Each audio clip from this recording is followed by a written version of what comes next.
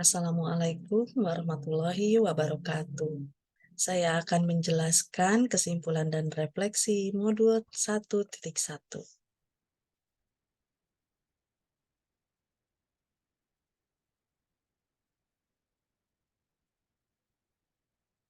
Nama saya Anais Priyanti, calon guru penggerak Angkatan 9, kelas 09146 Jabar, dengan fasilitator Ibu Sri Lisna Nur dan pengajar praktik Ibu Nuni Rukiatus Solihah. Penjelasan saya diawali dengan asas pendidikan Ki Hajar Dewantara. Menurut Ki Hajar Dewantara, pengajaran merupakan salah satu bagian dari pendidikan. Pendidikan dengan cara memberi ilmu atau berfaedah buat hidup anak-anak baik lahir maupun batin. Pendidikan itu hanya suatu tuntunan di dalam hidup tumbuhnya anak-anak kita. Artinya bahwa hidup tumbuhnya anak itu terletak di luar kecakapan atau kehendak kita kaum pendidik. Kita sebagai kaum pendidik hanya dapat menuntun tumbuh atau hidupnya kekuatan-kekuatan itu agar dapat memperbaiki lakunya, bukan dasarnya, hidup dan tumbuhnya itu. Lalu, perlukah tuntunan pendidikan itu?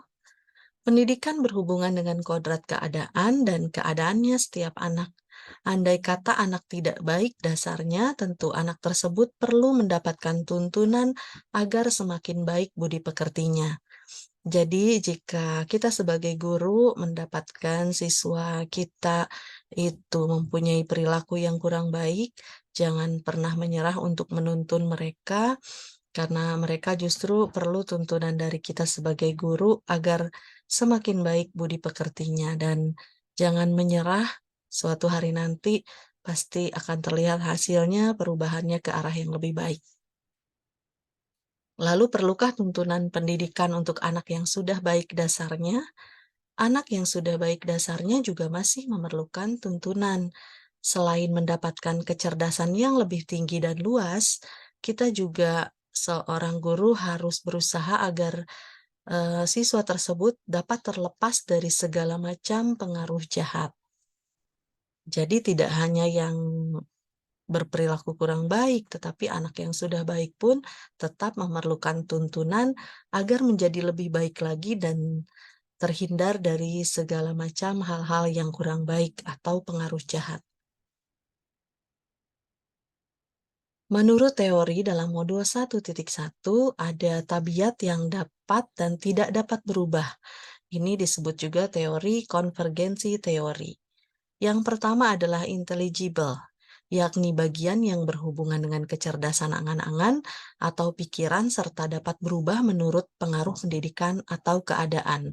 Ini mungkin yang dapat kita ubah sebagai guru, kita bisa mengubah tabiat intelligible, karena intelligible ini dapat berubah menurut pengaruh pendidikan atau keadaan. Tugas kitalah sebagai pendidik untuk mendidik mereka menjadi memiliki tabiat yang baik.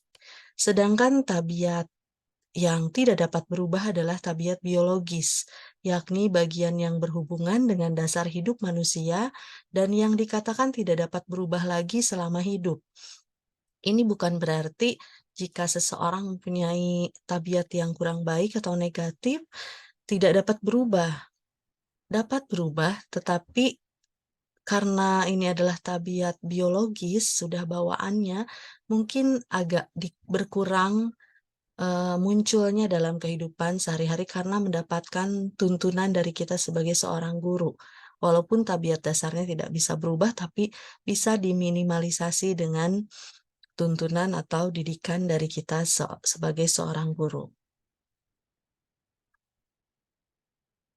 Untuk mendidik, untuk mengajar, seorang guru memiliki beberapa peralatan pendidikan. Yang pertama adalah memberi contoh, yang kedua adalah pembiasaan, yang ketiga adalah pengajaran, yang keempat perintah, paksaan, dan hukuman, yang kelima tindakan, dan pengalaman lahir batin. Menurut teorinya, memberi contoh dan pembiasaan ini untuk siswa yang berumur atau anak yang berumur 1 sampai 7 tahun, Pengajaran perintah paksaan dan hukuman ini untuk anak berumur 7 sampai 14 tahun dan tindakan dan pengalaman lahir dan batin ini untuk anak berusia 14 sampai 21 tahun. Tapi menurut pengalaman saya, peralatan pendidikan ini bisa digunakan dalam segala usia, namun disesuaikan dengan tingkatan usianya atau situasi dan kondisinya. Misalnya di sini ada perintah paksaan dan hukuman. Jika tidak diperlukan, kita tidak usah menggunakan perintah paksaan dan hukuman, atau perintahnya kita laksanakan, kita lakukan sesuai dengan tingkatan usia. Begitu juga dengan apa yang harus dipaksa, mana yang tidak, dan hukuman yang diberikan seperti apa. Begitu juga tindakan dan pengalaman lahir batin tentu saja akan didapatkan oleh anak sesuai dengan usianya. Sebelum memahami pemikiran Ki Hajar Dewantara, saya ketika mengajar hanya fokus pada pencapaian materi. Semua murid mendapatkan perlakuan yang sama dalam pembelajaran sebagai bentuk keadilan menurut saya. Dan capaian tujuan pembelajaran pada saat itu adalah pencapaian nilai berbentuk angka. Saya hanya fokus kepada nilai berbentuk angka sebagai tujuan pembelajaran yang dilaksanakan oleh saya. Tetapi sesudah memahami pemikiran Ki Hajar Dewantara, saya memahami bahwa mengajar itu sebagai bagian dari mendidik, memberi ilmu yang berfaedah dalam hidup, baik lahir maupun batin. Mendidik adalah menuntun sesuai dengan kodrat siswa, dan tujuan pembelajaran yang saya pahami adalah mencapai keselamatan dan kebahagiaan setinggi-tingginya, baik sebagai manusia maupun sebagai anggota masyarakat. Di sekolah tempat saya mengajar, beberapa pemikiran Ki Hajar Dewantara sudah dilaksanakan, di antaranya adalah memberi contoh. Guru memberi contoh kepada siswa tentang tata krama, sopan santun, kedisiplinan, dan sebagainya.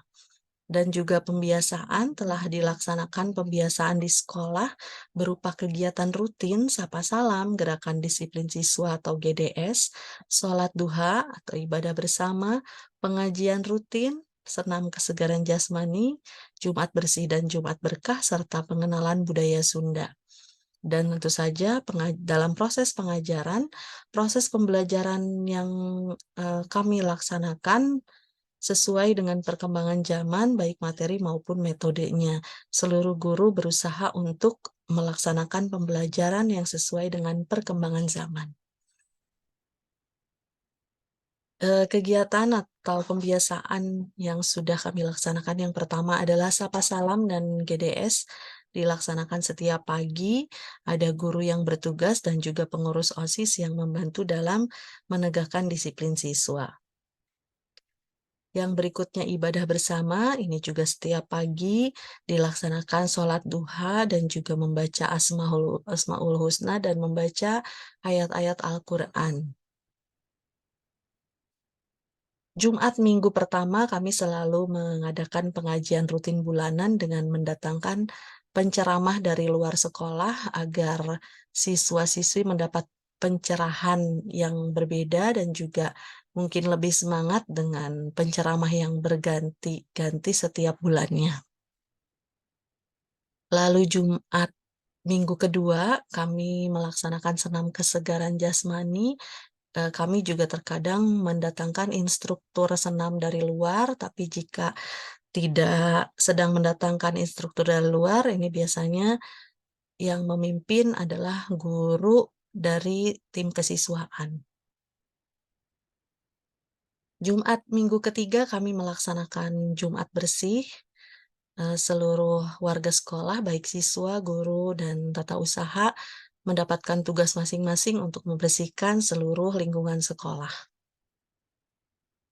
Untuk Jumat Berkah kami laksanakan setiap Jumat, ini partisipasi dari seluruh warga sekolah, ada yang memberi dan juga diberikan kepada siswa-siswa yang belum sarapan pagi-pagi.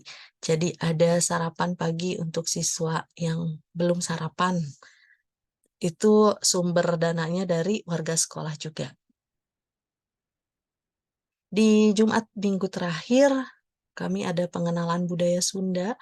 Ini biasanya segala macam tentang budaya Sunda, kaulinan barudak, tari-tarian, lagu, dan juga kebiasaan-kebiasaan, kebiasaan orang Sunda juga disampaikan di sini oleh siswa secara bergantian. Untuk pemikiran Ki Hajar Dewantara yang akan saya laksanakan adalah saya akan berusaha lebih memahami siswa dengan berbagai karakter dan latar belakang yang berbeda-beda. Saya akan berusaha lebih fokus pada pembelajaran yang berdiferensiasi, yang memperhatikan keragaman pada siswa, dan saya akan mencoba mendidik siswa dengan tujuan agar siswa mencapai keselamatan dan kebahagiaan setinggi-tingginya, baik sebagai manusia maupun sebagai anggota masyarakat. Jadi tidak hanya fokus pada nilai yang berbentuk angka, tapi siswa harus mencapai keselamatan dan kebahagiaan. Demikianlah penjelasan saya mengenai kesimpulan dan refleksi di modul 1.1. Semoga dapat dipahami dan bermanfaat untuk kita semua. Wassalamualaikum warahmatullahi wabarakatuh.